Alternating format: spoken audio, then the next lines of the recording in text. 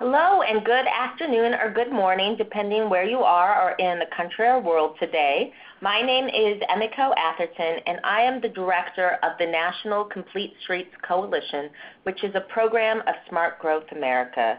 Thank you for joining us today to talk about the release of Dangerous by Design 2019, which explores the national epidemic of preventable pedestrian deaths.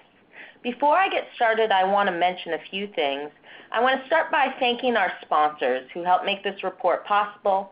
That is AARP, the American Society of Landscape Architects, and Nelson Nygaard. I also want to point out we will have time at the end for questions. You will be able to ask your questions through the chat box, which is in the lower left-hand screen. If we do not get to your question, we will have a we will have a recap blog where you can see more of your questions answered later on. But let's get started. So again, Dangerous by Design looks at pedestrian fatalities over the last decade. These numbers come from the Fatality Analysis Reporting System reported by states and maintained by the U.S. Department of Transportation. As you can see from the image in front of you, the bottom line is that the problem is getting worse. More people are being struck and killed while walking. Between 2008 and 2017, drivers struck and killed people walking at an average rate of more than 13 people every single day. These 49,340 deaths in that period is equivalent to a jumbo jet full of people crashing with absolutely no survivors every single month for the past 10 years. And as you can see from the chart on the screen and in the report, although fatalities went down slightly from 2016, we are hitting record highs. 2016 and 2017 were the two most deadly years on record in nearly 3 decades. But before I talk more about how many people we've killed or why, I want to show you what we mean when we say dangerous by design. In front of you, you can see three pretty typical roads in the United States. In the left-hand corner, you can see a really busy arterial road with what we call a desire line, or a path marked in the grass where people have been walking there because obviously it's providing access to the transit stops, to jobs, to possibly daycares, healthcare appointments, schools, and you can even see people hiding underneath a tree from the summer sun. On the up-hand right, you can see a state road next to an insufficient highway, which in the back is blocked by a tractor truck. And then in the bottom right-hand corner, you can see someone in Atlanta trying to walk along a busy street where it's constantly in conflict with cars coming in and out of driveways. So why is this happening? There's not one single answer. Though we are driving more than 10 years ago, this increase hasn't resulted in a comparable increase in people being killed while inside vehicles. Those fatalities are actually down 6%. At a national scale, we're also not walking more. But overall, the numbers of people struck and killed while walking have spiked more than 35% since 2008. Our infrastructure just isn't keeping up with the needs placed on it. Changes to physical infrastructure are slow-moving, and changes to improve safety take a long while to make a tangible impact. And so while the right hand might be trying to make changes, we're almost certainly building more arterials and making the problems worse with the left hand. This is, in fact, the de facto mode of building in most states, and the federal government provides states with upward of $30 billion per year that is largely devoted to road infrastructure. I just want to say that again. We're spending $30 billion a year to build roads we know are designed to kill. The other thing that's happened over the last decade, which was highlighted by a federal study released last year and explored in detail by the Detroit Free Press, is of the increased danger from large sports utility vehicles and trucks. SUVs and trucks have been the top-selling vehicles since 2014, and the National Transportation Safety Board last year detailed how these vehicles are 2 to 3 times more likely to result in a fatality when a driver of one strikes someone walking compared to a normal-sized sedan. So we're buying bigger cars that are more likely to kill people when we hit them. There's also the continued suburbanization of poverty over the last decade. This brings a massive spatial mismatch of people who are more likely to have no choice but to walk within the parts of our region that most likely lack the safe infrastructure to support it, which is really typified by the kinds of places you see on the screen in front of you. The post-war suburbs, especially in areas that are low income, are more likely to lack the good bones of a street grid, narrow lanes, safe crosswalks that aren't too far apart, and slow vehicle speeds. So all of that said is another way is the suburbs we built post-World War II, which really were aided by the National Highway System and created white flight, are now where, as housing affordability in urban areas goes up, low-income families are forced to move to, and yet now they have to walk on those dangerous streets that were designed only for cars just to access their basic needs. So some of the most dangerous corridors in the most dangerous cities are typified by high poverty and poor or non-existent infrastructure for safe walking. And sadly, yet they are filled with people who have to walk every day to accomplish their daily needs. So I want to stop and talk about how we develop our rankings, or what we know as the Pedestrian Danger Index, or PDI. The short explanation is that the PDI is calculated to balance population walking rates and the raw number of fatalities.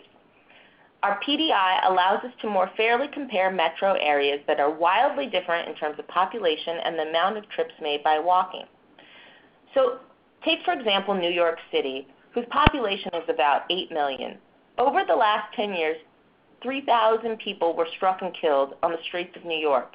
But when you control for population and the amount of walking, it's actually far less dangerous to walk there than in a place like Orlando with lower populations and the rates of walking, which is, again, at the top of our rankings, which is a great way to start talking about where are our 20 most dangerous metro areas. So on first blush, it's not hard to figure out that 8 of the top 10 and 9 out of the top 20 are in the state of Florida. Another way to examine this data is to see which places had the biggest increases in PDI since our last report 2 years ago. Unfortunately, half of the 20 most dangerous regions are among those that had the biggest increases. This year, we also calculated a statewide PDI. The list of the most dangerous states has changed very little, but I will point out that if you look at the bar graph in the bottom right of the screen, you'll see that Florida, which is on the bottom left, or on the left side, is much higher than Alabama and much, much higher than Kentucky, which is the 20th most dangerous state. And then when we look at which states got more dangerous compared to our last report, 9 of the most dangerous states also had the biggest increases in PDI. That means states that know they're bad are getting worse.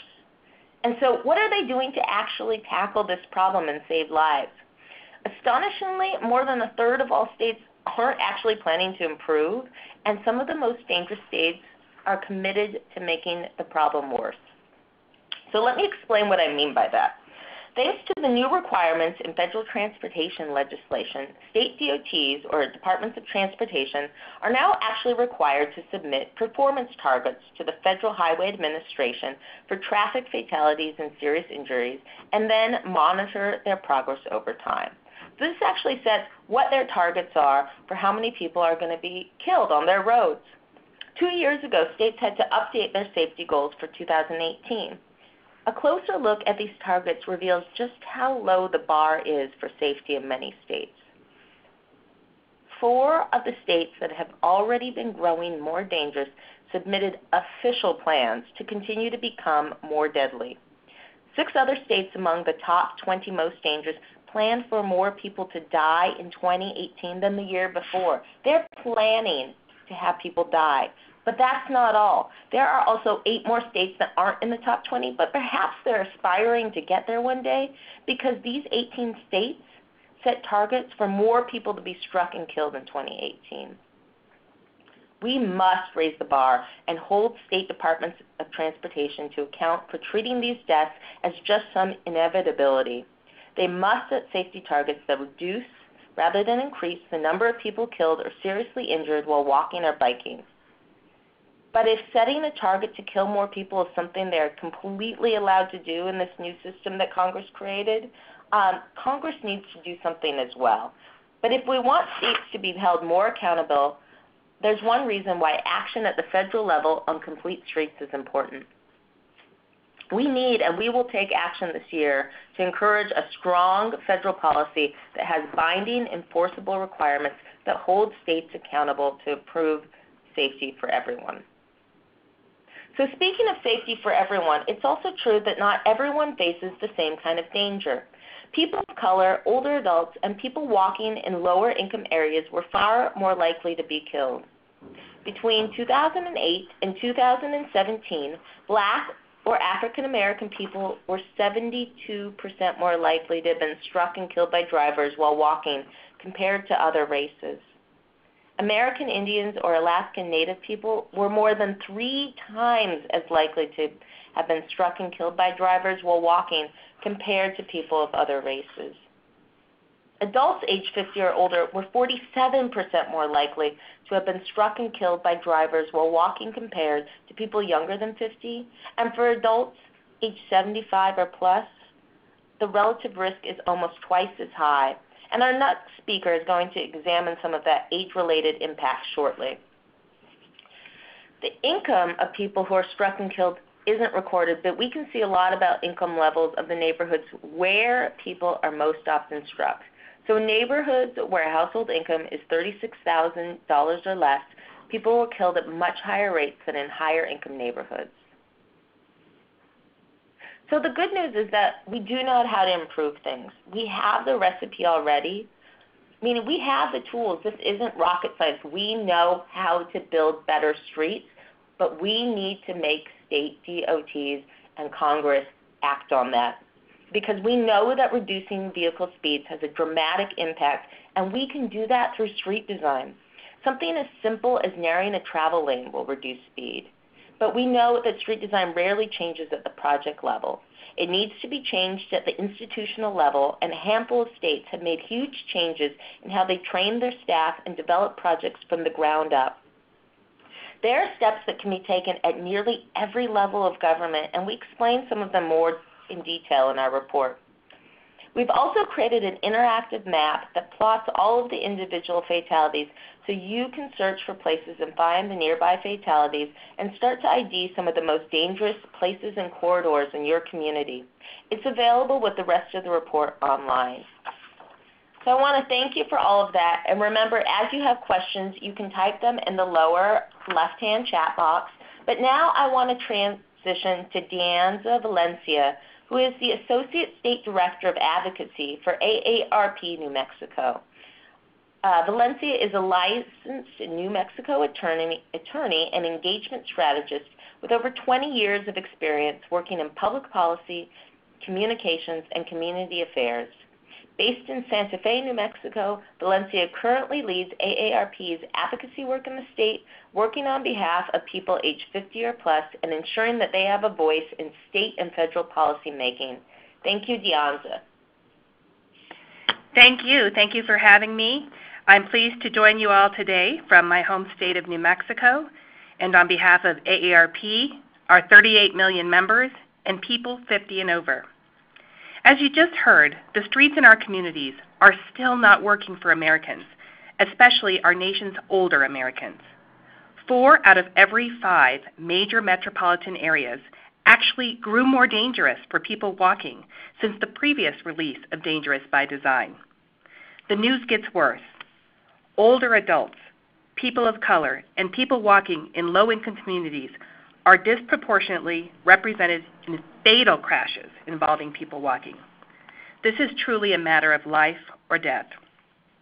I've been working in the transportation policy arena for the past 20 years, And here in New Mexico, we have consistently had one of the nation's highest rates of pedestrian fatalities. Although this new report shows that New Mexico's ranking has slightly improved from 2016 to 2019, we've gone from the 5th most dangerous state to the 7th most dangerous state, we still have so far to go. Especially in Albuquerque, our state's largest city, we're ranked as the 17th most dangerous metro area for walking across the country.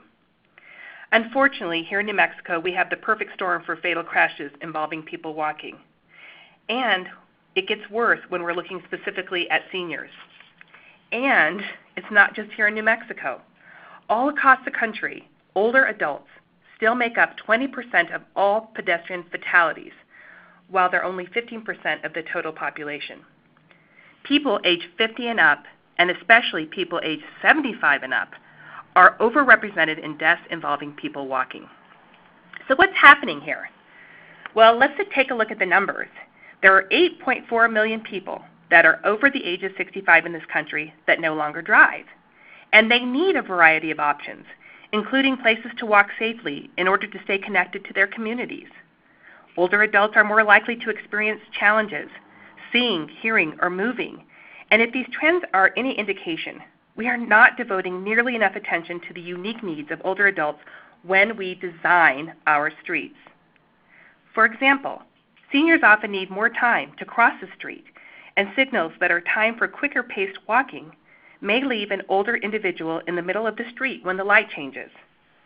They may not be able to react as quickly to an oncoming vehicle. Then, once struck, seniors tend to sustain greater injuries. They also tend to have worse outcomes for the same injury, making them less likely to recover from a serious collision. Next, all 50 states are going to see a rapid acceleration in the growth of their 65 and older populations. 10 states, including New Mexico, will actually have more 65 and older residents than school-aged children. That's never happened before in our nation's history, not even in one state. Specifically, people aged 65 and over are expected to grow to be 21.7% of the population by 2040. What's even more intriguing is that the 85 and over population is projected to more than double from 6.4 million in 2016 to 14.6 million in 2040. That is a 129% increase. The good news is that we know how to design safe streets. Research shows that well-designed intersections, sidewalks, bike lanes, and other features can significantly reduce injuries, deaths, and automobile crashes. This is why AARP has been a strong proponent of the enactment and implementation of safe and complete streets policies across the country at the city, state, and federal levels. Safe and complete streets are planned, designed, constructed, operated, and maintained to be safe and convenient for all who need to use the road, regardless of their age or ability. Through our AARP Livable Communities initiative, AARP works nationwide to support the efforts of neighborhoods, towns, cities, counties, and rural areas to be livable for people for all ages. We recognize that a community that is friendly for an 80-year-old can also be friendly for an 8-year-old, and everyone else in between. Here in New Mexico, AARP is working with Complete Streets partners, including transportation, health, tribal, and local city leaders to make Albuquerque streets safer. We're working to strengthen the city's existing Complete Streets ordinance. The Complete Streets Coalition has also helped pass a memorial on complete streets in the New Mexico State Legislature and wants to work with the new State Department of Transportation leadership to find opportunities for improvement. On design, we know intersection improvements are key. Since most crashes involving older adults happen there, improvements may include countdown signal timing to allow sufficient time to cross the street, as I mentioned earlier, median refuges to wait safely in the middle of multi-lane roads, and reducing speed through road diets and bulb outs at intersections. Lastly, AARP recognizes that the federal government sets the tone for the national approach to safety. AARP and our partners are looking for opportunities to expand the Complete Streets provision we got in the last Transportation Reauthorization Bill, the FAST Act. Protecting the safety of all people who use the street, especially the most vulnerable to being struck and killed, must be a higher priority for policymakers And this priority must be reflected in all decisions we make about how to fund, design, operate, maintain, and measure the success of our roads. We cannot wait any longer. Lives depend on it. Thank you for your time, and now back to you, Emiko. Thank you so much, Deanza. Next, I'd like to introduce Nedra Deadweiler, who is the founder and principal tour curator of Civil Bikes based in Atlanta, Georgia. She is also currently employed by Georgia Bikes, a statewide bicycle advocacy organization that additionally supports the safe expansion of multimodal transportation options. She is a licensed Master of Social Work from New York University and a Bachelor of Social Work from the University of Georgia. She is a resident and former fellow at the Center for Civic Innovation, a social entrepreneur incubator. She has a published chapter, Civil Bikes, Embracing Atlanta's Racialized History Through Bicycle Tours, and has presented at conferences hosted by Active Living Research, the League of American Bicyclists, and our own Intersections by the Complete Streets Coalition and Smart Growth America. Thank you, Nedra. Thank you, Emiko, for the introduction. I'm excited to be here today. Thanks to our host, National Complete Streets Coalition and Smart Growth America, for holding space for this important discussion and release of this report. I'd just like to begin to say that these are my personal statements and observations from working here in Georgia since 2013 in transportation. Reading this report, it's staggering that between 2008 to 2017 that upwards of 49,000 people were killed and that 16.1% were pedestrians. Georgia, as a state, is becoming riskier to walk. We have moved, as you've seen in the slides, we have moved from number 10 to number 6 as the deadliest state out of 50. And within these past few years, there have been an increase in number of initiatives around safety, an increase in number of advocacy organizations and advocates across the state. However, we are still not getting closer to our goal as moving towards zero deaths. Instead, we are increasing. I'd like to just point out the populations that are really most at risk, most vulnerable, and because of our policies and street design, Blacks are 72% more likely to be struck and killed by a driver. Native American, Alaskan Native people are 3 times more likely to be killed, and those who live in low-income neighborhoods compared to high-income areas are more likely to have a crash happening in their neighborhood.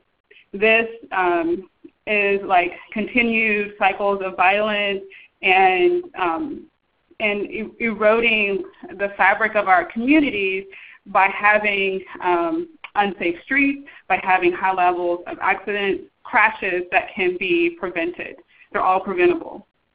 I live here in Atlanta. I am a resident. I'm born and raised in this city. And recently, there are a lot of plans that have been released. The city of Atlanta has a transportation plan. And there is, as you can see, this graph that is located here. It shows you our high serious injury and fatalities that network. And that primarily it takes place in Black and low-income communities. So it mirrors what the report that we're discussing today.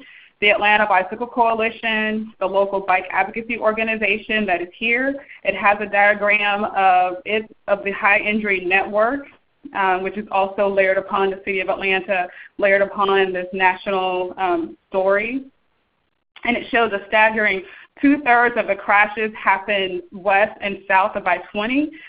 This is historically, I-20 has been a racial dividing line between primarily Black neighborhoods and white neighborhoods. So there's a geographical, spatial separation. But this observation is not just here in the urban corridor. It's reflective of our suburban neighborhoods as well as rural areas. There's not there's not a safe place to walk, there's not connected infrastructure, and if there is infrastructure in place, usually it is unsafe. Sidewalks are broken, holes, missing street lights. That story is throughout the state. And there are a number of contributing factors that have created these scenarios. The solutions are interconnected with these contributing factors. And I think it's important to recognize that in 2020, there will be a reauthorization of funding for transportation, and those funds must be directed towards creating safe street design, and we must prioritize the most vulnerable communities, the most vulnerable people throughout the country. And also, going back to that map, we saw that this is largely located in the southern part, southeastern part, and those areas have a concentration of a lot of endemic problems. Some ways to kind of unpack, what are the contributing factors. If we begin by looking at and recognizing the structural racism, unconscious bias, and how it continues to create scenarios of harm, such as disinvestment or policies such as the Federal Highway Act in the 1950s. ProPublica has done a series of reports of Walking While Black, what that looks like. There are videos on YouTube that also showcase this. In Chicago, there was a series about biking while black. Those situations are not isolated to Jacksonville or to Chicago. They're across the country. So take recognition of that. We also have to be more deliberate and intentional of our community engagement model, and bringing, if we address historical issues, we can build better relationships with those communities. People who have stakeholders where crashes are happening, where injuries and fatalities are occurring most. And if we utilize smart metrics to create, better, safer streets, and utilize what Complete Streets offers and have that be our national standard, we can, take away the spatial justice by creating more a healthier and safer environment for communities, for people to walk, to have access to transit, to take on other healthier forms of transportation. And, there are organizations like Georgia Bikes that provide technical support to local municipalities. However, there needs to be more assistance in those local areas for more training. A lot of times there's not enough funding for ongoing professional development. So be able to provide support for municipalities from creation to implementation would be a best way to use those scenarios. And finally, a good way to begin to address these issues is to look at the lack of diversity that's in the field of urban, community, and regional planning. I don't have a slide for engineering, but it's highly skewed towards more white is represented, to develop and have more initiatives that will connect groups of people of color, Black people, folks who come from who've immigrated into the country, will be able to provide that connection to communities, because people can speak the language and speak in a way where they reflect the values and understand the values and the needs of these communities that are being most impacted, who are most vulnerable to the way our streets are designed. Yes, so this concludes some of my reflections. I just want to reiterate, if we prioritize the most vulnerable, those who are disproportionately impacted, if we have that innovative and flexible design where the local communities are empowered to create a cityscape that is reflective of those communities, of those people, and we recognize the historical disinvestment and destruction of Black, Native, and POC low-income neighborhoods, we can build better working relationships. We can have better functioning streets. direct funding towards increasing safety, direct funding towards ongoing training and also implementation of these policies would be wonderful. This concludes my remarks. Thank you, Emiko. Back to you. Thank you, Nedra. And last, we're going to hear from Billy Hadaway, who is the Transportation Director for the City of Orlando. He has a bachelor's degree in Civil Engineering Technology from Wentworth Institute of Technology and an MBA from Florida State University. He is a former champion for both the Florida Department of Transportation's pedestrian and bicycle-focused and complete streets implementation initiatives to improve pedestrian and bicyclist safety and comfort in the state of Florida. He is also the chair for Bike Walk Central Florida, a nonprofit organization dedicated to safety for pedestrians and bicyclists. Thank you, Billy. Thank you so much, Emiko. It's a pleasure to be here again today. So first of all, I'd like to talk a little bit about the work that was done at Florida, because I think it's obviously still relevant to the conversation before I came to the city. So the 2011 Dangerous by Design report that was put out by Smart Growth America got the attention of our secretary at the time, Anath Prasad, and I was recruited back to the DOT to lead this statewide initiative to improve bike ped safety. At that time, 4 of the top 5 metropolitan areas in Florida were listed in the Dangerous by Design report, and so we launched efforts to increase funding for engineering, education, and enforcement. We actually started with 10 counties that made up those metropolitan areas, and the state has since increased funding and is now working on the top 25 counties throughout the state of Florida that contribute to this problem. And I'd just like to make folks aware as I go through, the state has an excellent website called alerttodayflorida.com, so you can see not only all the things that have been done, but there's lots of resources there for education and other elements that will help to improve safety everywhere. In 2014, we convinced the Secretary that we couldn't keep designing our roadways the way we had historically done that. So we implemented, first of all, we passed a complete streets policy, and we were fortunate to get support from the National Complete Streets Coalition and Smart Growth America to help us develop our implementation plan, which has since been incorporated into design guidance statewide, and that's on the Florida DOT's website under Complete Streets. Then in 2016, I came to the City of Orlando to lead the Transportation Division. And one of the reasons why I came here, first of all, I live here, but secondly, because of the mayor's leadership and his goal for providing transportation safety and improving, transportation choice and improving safety for all of our users, including citizens. So in the last little over a year, we've really increased our focus on safety. The first year we were putting our department together. The last year we've been focused on improving things.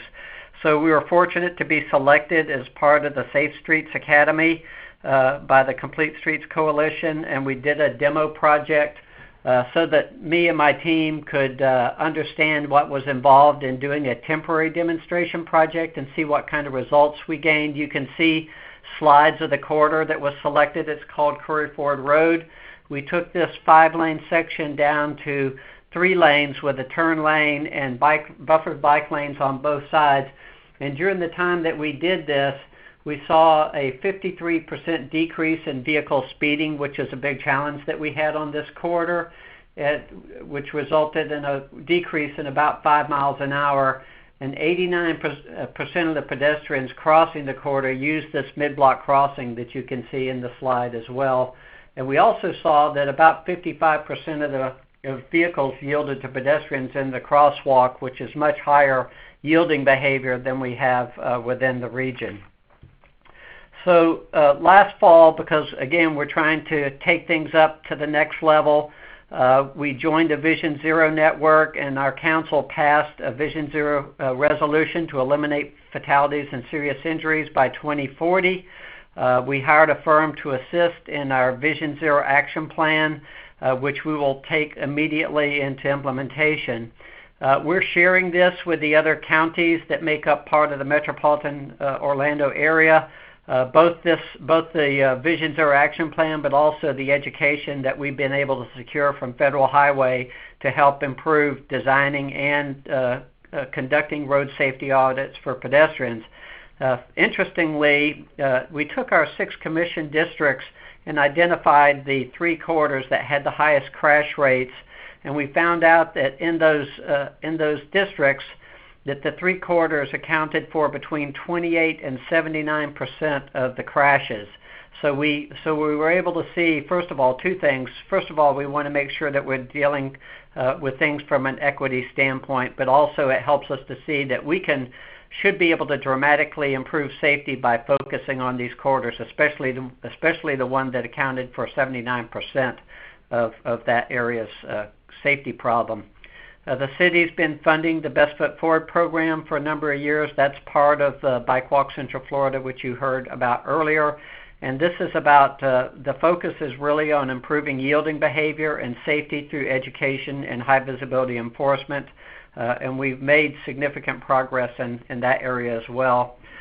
We also have, and this is something that I think is critically important for everybody, we have our red light camera program. We have seen significant reductions in angle crashes up to 65%, which are the most serious crashes. And one of the challenges that I think these red light camera programs face in many areas is that the funds go to general fund. In the Orlando area, at the city, we were able to convince the mayor and council to take those funds and put them into transportation safety, specifically for pedestrians and bicyclists. So we're putting our money where our mouth is and focusing on safety. We're also working with our partners in these counties to improve land development patterns and street network, because we know that land development patterns have a significant role in creating these large and faster streets. And the city's working on completing gaps in sidewalks, connecting neighborhoods through trails and bikeways. So there are a lot of things going on. You can go to the city's website as well, both for the Safe Streets Initiative, but also for Vision Zero, which is actually in a beta version. But what I'd like to say, it's critically important that we reverse this trend. The only acceptable number of pedestrian deaths is 0, and the City of Orlando is doing everything in its power to achieve this goal. Thank you, Emiko. Back to you. Thank you so much, Billy, and thank you to all of our speakers. We're going to move now to questions, which I'll remind you type your questions in the chat box at the bottom left corner of the screen. I'm going to turn it over to our Communications Director, Steve Davis, to take these questions and moderate them.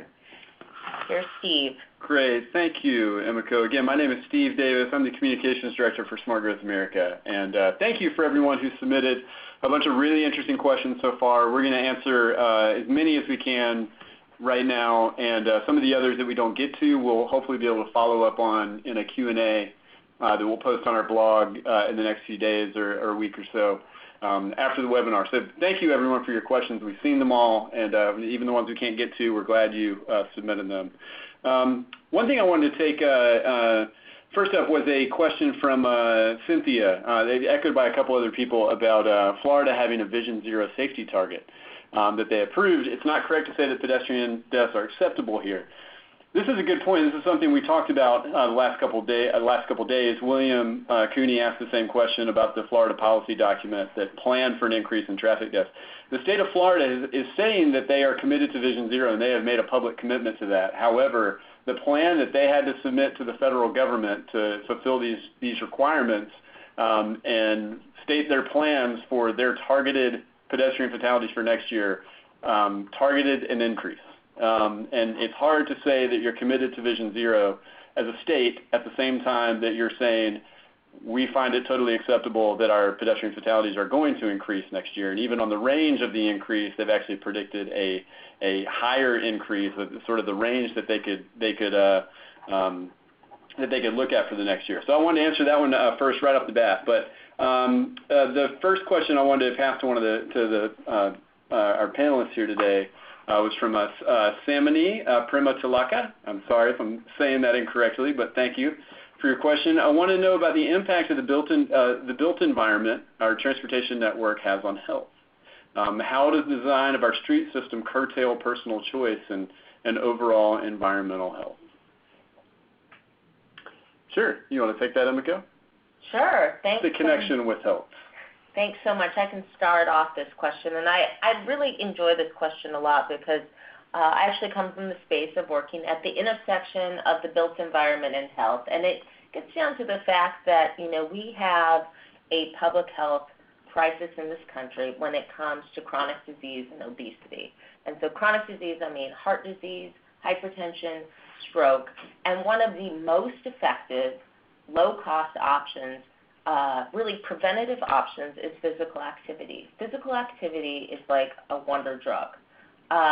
But if people don't have safe places to walk and bike and roll and fit that into their daily routine, so we're not just talking about going to work out before or after work, but how can I walk to work or walk to my bus or bike to the grocery store with my children on the weekend and build it in. Really, the built environment is very supportive of that, but you need what we call human-scale built environment that is safe. So it's ample sidewalks with good crossing time. It's shorter blocks. It's also places where you're less exposed to traffic, the stress of walking next to cars, the vehicle pollution. So that's really how we see the link between the two. Thanks so much. Emiko, this is Billy Hadaway. I'd like to speak to that issue as well.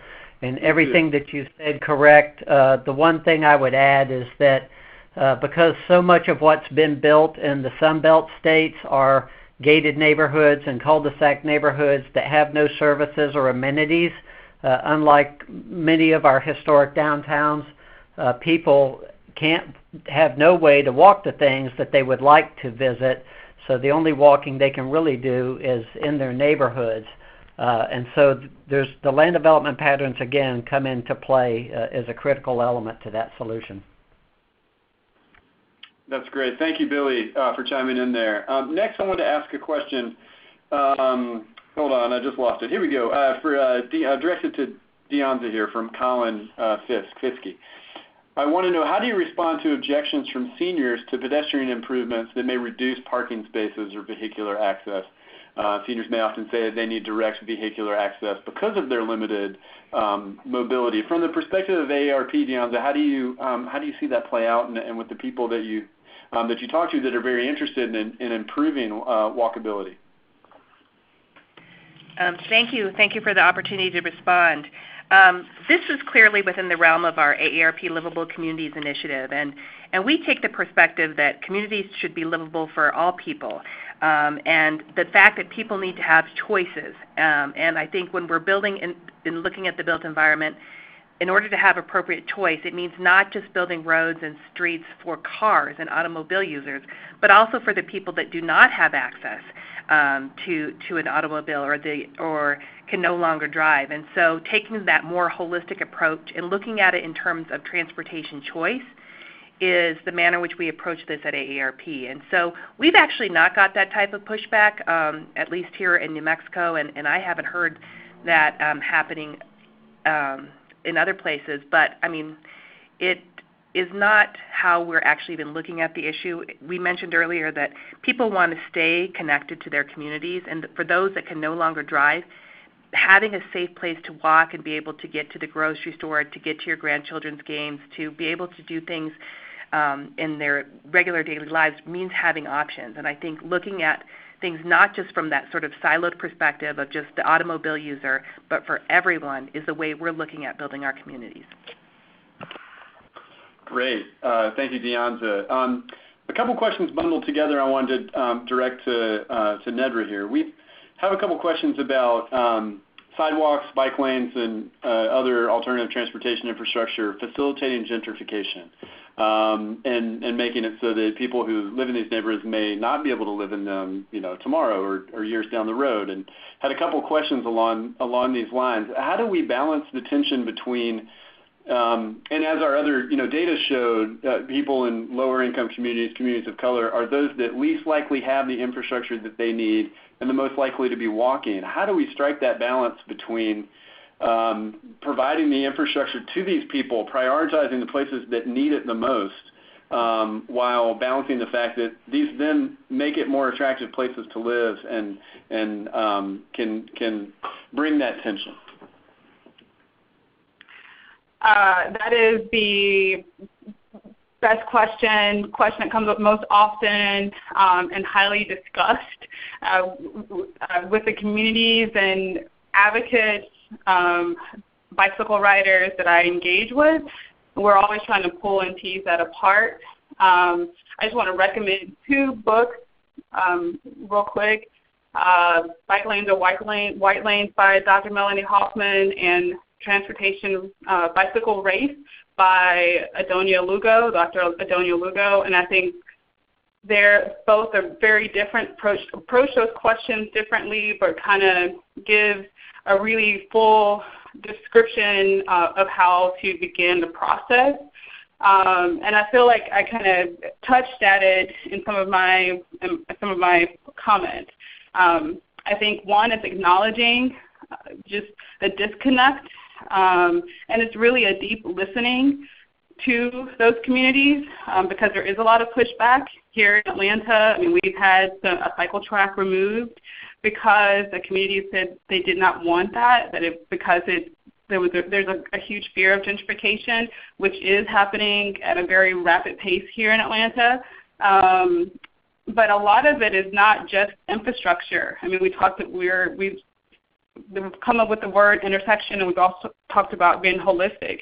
And so we have to look at people, the built environment, communities, what's happening, the political will, look at it all together. If we do not have policies in place that will help to maintain those folks in those communities, low-income communities, Black communities that are legacy residents of cities or towns, then yes, because property value increases as there are more amenities that are put into neighborhoods. So if we do not have policy in place that will keep people in place, people want to age in place. I mean, that's kind of something that's inherent in most people. That's a desire. So by having housing policies where people can, their property taxes don't go up, putting in parameters that are funding that help with house repair, or I think it's a political decision. So, I mean, I think we have to start by having those sort of policies in place.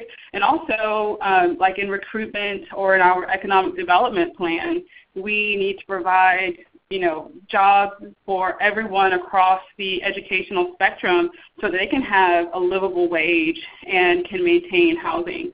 Supporting housing, that's for Section 8, diverse from working class housing to whatever. Just we need to support the community across the board and not just giving infrastructure, because if we're not giving more than infrastructure, then we are going to push those people out of their neighborhoods. So, and then I will add to that, when it's that community engagement piece where we're asking folks, what do you want, what do you need, what do you not have access to, where are you feeling unsafe, and we're putting and implementing those things into our plans, then we may show that we are faithful, we're listening, and we hear what you're saying, and we're going to give you those things, versus just giving what we think, as planners or as advocates, what we think need to be there. We need to do that work with the community, people who live in place, and that really requires building a lot of relationships, because that's not the go-to. I mean, here in Atlanta, we'll have a public meeting, but it's kind of, it's the same folks who go to every meeting. It's not the communities that are being hurt or not attending those meetings. They may not know that it's happening. The time may not be a good time. This may not be the way where they feel empowered to speak out because of that historical context. So I think we just have to do things differently, and it really starts by having a relationship. And that's why, it's great to have national support and direction and guidance and research and information, but really, these things happen at a local level. So we really have to talk and communicate and maybe it's knocking on doors, going to stakeholders, churches, long-term organizations. So, I said a lot, but I think thematically, it's by going to the people first and elevating and prioritizing what they want versus what we as advocates think need to be there. Great, thank you, Nedra. I know that's a thorny question that we hear a lot. That's a great answer there. Wanted to get through a couple other questions here. Some I can answer just very quickly before I open up another topic here. Jane asked about improvement in data collection that can contribute to the increase. Maybe we've been killing lots of people, but we're doing a better job of counting them. I don't think that's the case. However, it does point to the need that we do need more robust data on fatalities. We need to know more things about how and where they happen. This is something that lots of other people asked about. And also injuries. That was another question that came in about FARs providing data for serious injuries or traumatic injuries. And unfortunately not. It's very, very hard to get reliable data on injuries. And beyond that, on near misses. Where are the dangerous places where people are almost getting hit, but not even getting hit or injured. So there's a big gap in data across the board, and that's something we cover in the report. Something that we would love to see more of is more and better data. Another question, and this is another one of the other $64,000 questions that we get a lot these days, is, I want to direct this to Emiko to start, is how do we think that autonomous vehicle technology could help improve the safety of the nation's streets? And maybe Kevin did not ask this question, but how could it improve the safety of our streets or not improve the safety of our streets? What is the impact likely to be in the next coming years? Well, I think, in the short term, one of the biggest things that I'm worried about, and I should say this is Emiko, is that these vehicles are untested. And I think we instead of doing what we know works, which is fix the infrastructure, we are putting our bets on something that may or may not work, but it's untested, and then so far, as we saw in Arizona last year, is still deadly. On top of that, right now we are letting, and Congress is really letting the private companies drive the conversation about how these autonomous vehicles will be regulated, and they're preempting a lot of the local jurisdictions, so your communities, from making decisions and holding accountable those companies that are operating on your roads, the roads that you rely on to get to work, to get your children to school, to get to the doctor, to get to the grocery store. In the long term, I think, I want to go back to the public health comment, I don't think that they offer kind of the end-all, be-all answer. We can't let them replace, the fact that we know what to do when we're just choosing not to do it, which is build safer streets, and that we can't continue to put more cars on the road and expect better results. That's great. A couple questions. I think I'd probably direct these to Billy, who can kind of answer this from both levels, I think. Emiko and others may like to chime in, but I had two questions, one from Robbie and one from Brandon. The first was, how can we best influence state DOTs to actually act on Complete Streets policy that the state has adopted? I'm sure Emiko has some thoughts about this. This is a lot of the work that we do. And the second question was, what are methods to entice or incentivize municipal engineers to buy into ideas like road diet, complete streets, reducing travel lane widths, investing in bike and pedestrian infrastructure? So maybe start with Billy. You've worn both hats. You've been at the state, and now you're with the city. How do you turn this policy into reality, and how do you help convince perhaps skeptical engineers who have done things a certain way for a long time? Sure. Those are very good questions and things that we had to address at the state and really in the engineering community as a whole. And I think that, first of all, the demand from local governments pretty much across the country, and I saw this when I was working in the private sector before I went back to the state, is to make downtowns and the areas around downtowns, especially neighborhoods, more vibrant, and to have mixes of use so that people can get around and get their needs met without having to drive everywhere. And so, because state DOTs have been dealing with this conflict for many, many years, when I was able to go back to the state for my third tour, we were ready to go. And of course, the Dangerous by Design report was a huge incentive to do things differently.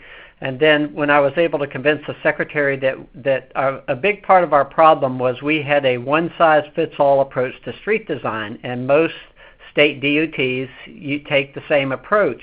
The fact is that AASHTO, which is the American Association of State Highway Transportation Officials, the Green Book as it's called, has a lot of flexibility.